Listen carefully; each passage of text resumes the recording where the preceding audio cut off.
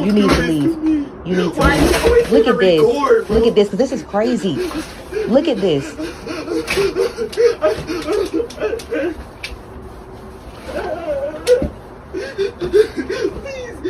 don't do this to me. I'm gonna have to seriously start recommending that women have a secret place no one knows about, so in case they break up with a guy, they can hide out there until they feel safe enough. What is happening right now? I saw a video of someone suggesting that maybe she caught him cheating. If I were her, I would have immediately turned around, left, and called the fire department, not the police, because you know how police are trigger happy. I have a hard time also believing that this is the first time this has happened. Ladies, you need to start just leaving upon the first red flag. And I have no context. I don't know how long they dated, but I mean, honestly, maybe just don't even let a guy know where you live until like a few months in.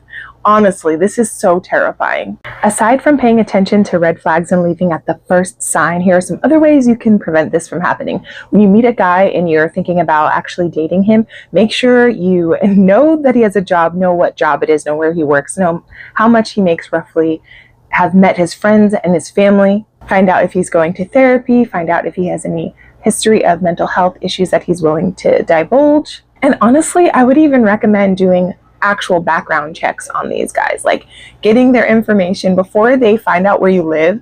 Let them know you need to do a background check on them, and if they're uncomfortable with that, then clearly they have something to hide. Meeting his friends and family are going to be important for social proof. Obviously, if he has friends who are no good, then you don't want to be with him, because you are a combination of the 5 people you hang out with most. So if he's hanging out with deadbeats, cheaters, misogynists, then even if he seems like a good guy, it's only a matter of time before he shows his true colors. And then obviously meeting his family is important, so you can get to know who shaped him and why he is the way he is.